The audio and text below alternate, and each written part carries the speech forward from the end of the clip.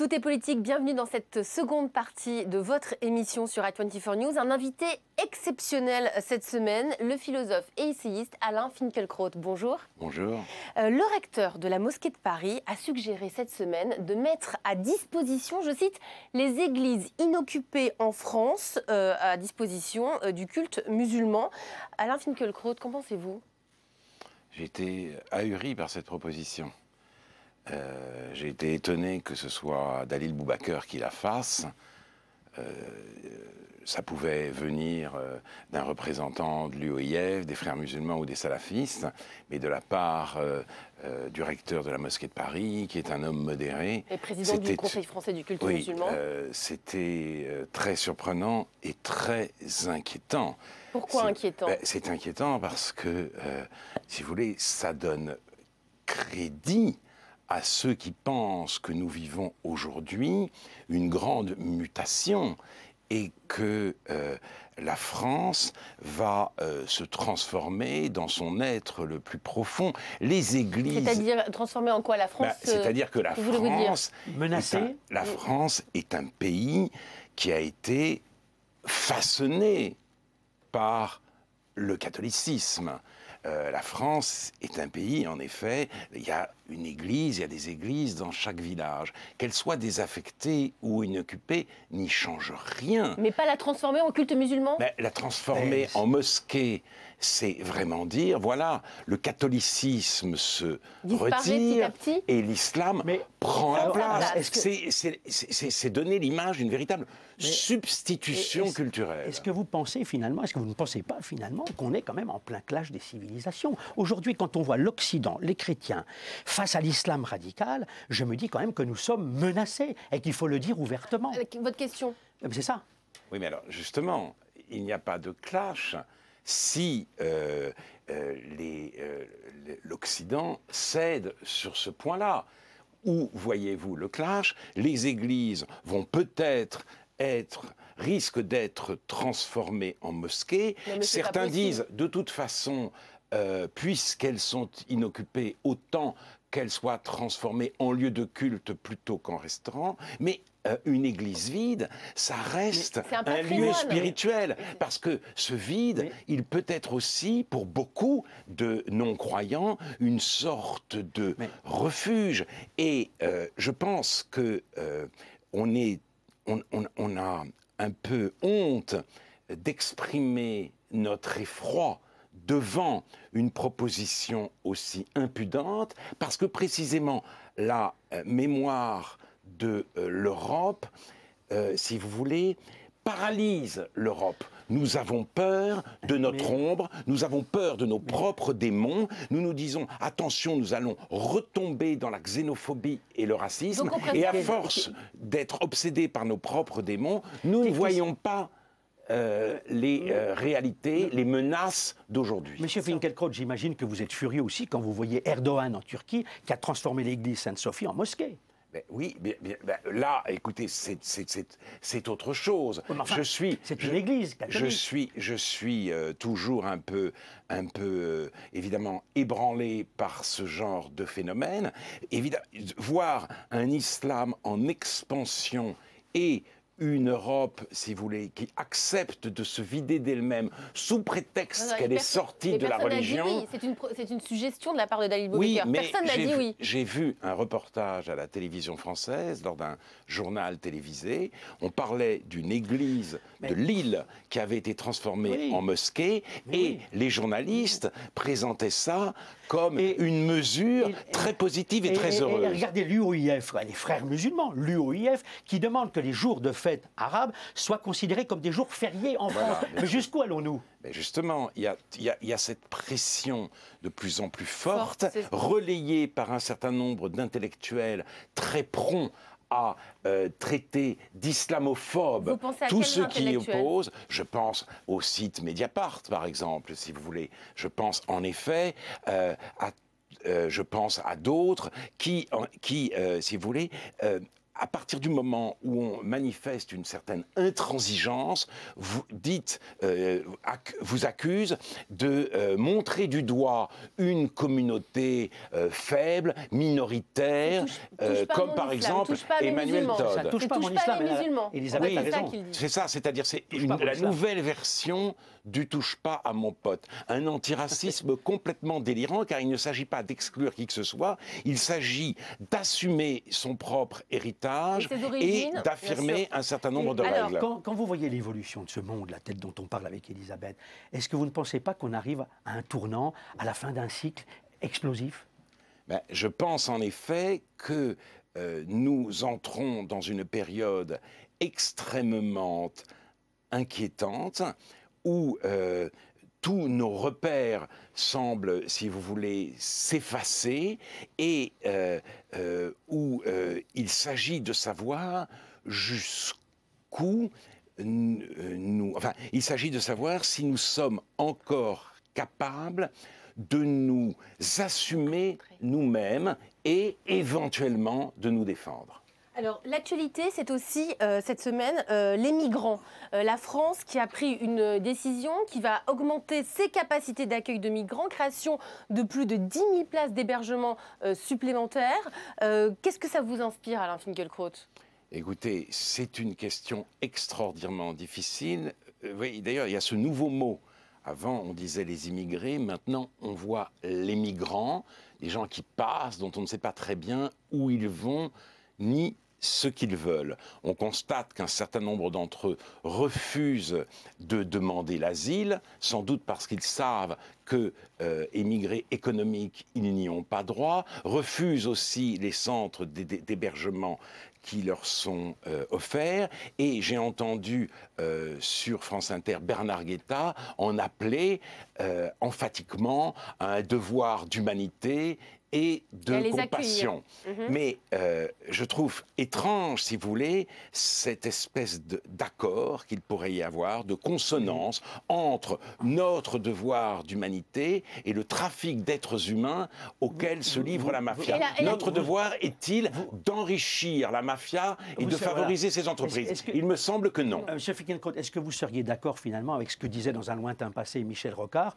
On ne peut pas accueillir toute la misère du monde, mais en même temps, bon, il faut l'aider quelque part. Mais je pense surtout qu'il s'agit de combattre ce trafic d'êtres humains, et le combattre, c'est le décourager, c'est montrer, et c'est ne pas créer d'appel d'air. J'ajoute qu'il n'y a ni logement, ni travail pour ces gens qui arrivent, et quand vous voyez effectivement qu'un Dalil Boubaker peut demander que l'on transforme les églises inoccupées en mosquées, vous voyez bien que cette pression du nombre va encore augmenter. Dalil Boubaker est dépassé par les extrémistes qui sont autour de lui, et il fait de la surenchère pour assurer sa survie. Et la Hongrie qui érige un mur justement pour lutter contre les migrants. La Hongrie va très loin. Alors, nous avons évidemment de grandes prévention très légitime à l'égard du régime d'Orban, mais il faut constater que tous les pays de l'Est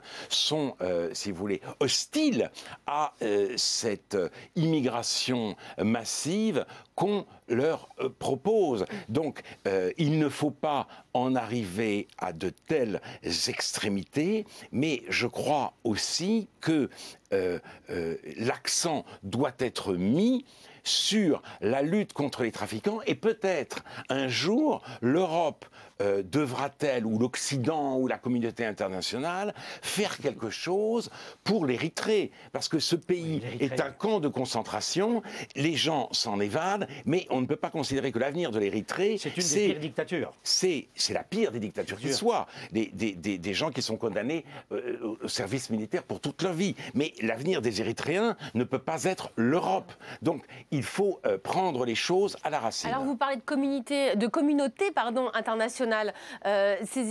Pour certains d'entre eux, c'est aussi pour fuir l'expansion du groupe État islamique. Hier, Bruno Le Maire, député Les Républicains, a lancé un appel. Il a demandé à ce que la France intervienne militairement en Syrie.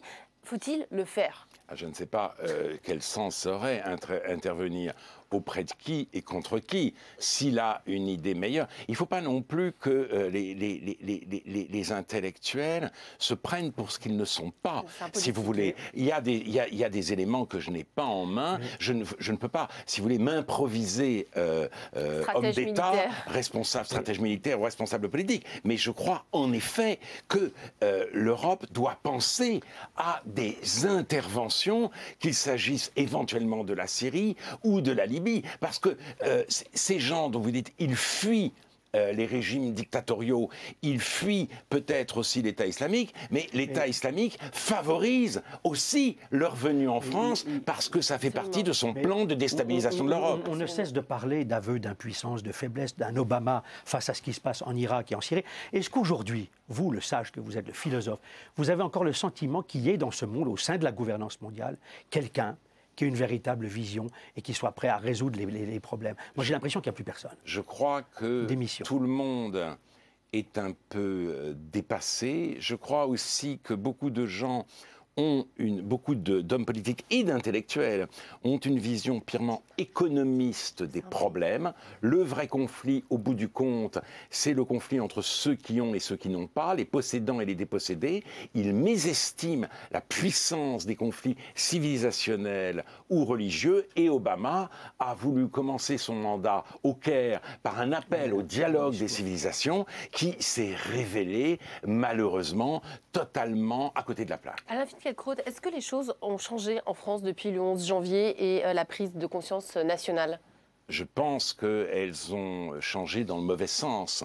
Il y avait un grand moment d'unanimité, une France prête à défendre ses mœurs et ses principes, et puis cette unanimité s'est fissurée, et aujourd'hui, il y a il y en a beaucoup qui disent qu'en fait, dans cette affaire, les vrais fautifs, c'est la République, puisqu'elle pratique une politique d'apartheid, c'est l'islamophobie, donc encore une fois, et puis il y a ce livre invraisemblable d'Emmanuel Todd qui nous explique que cette manifestation était en fait une manifestation raciste contre la religion des faibles. Donc malheureusement, cette unité si importante a volé en éclats. Est-ce que vous êtes inquiet aujourd'hui, encore une fois on revient au Moyen-Orient, est-ce que vous êtes inquiet pour l'avenir d'Israël qui finalement est le seul îlot de démocratie dans un environnement qui lui est de plus en plus hostile, avec en plus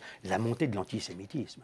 Et puis la campagne BDS, la campagne pour le boycott, qui vise aussi les intellectuels et les universitaires, qui est une force extrême dans les pays anglo-saxons et notamment dans les campus américains. Oui, tout cela m'inquiète énormément, mais je suis inquiet aussi d'une politique israélienne qui emmène Israël tout droit vers un État binational. C'est-à-dire, je ne vois pas comment le sionisme peut survivre à l'occupation et l'annexion rampante de la majorité des territoires palestiniens. Donc je suis inquiet pour Israël, évidemment, et je suis inquiet d'une certaine politique israélienne aussi. Il est trop tard pour arriver à une solution? Non, il n'est pas trop tard. Mais comme disait il y a déjà longtemps Shimon Peres, we are running out of time.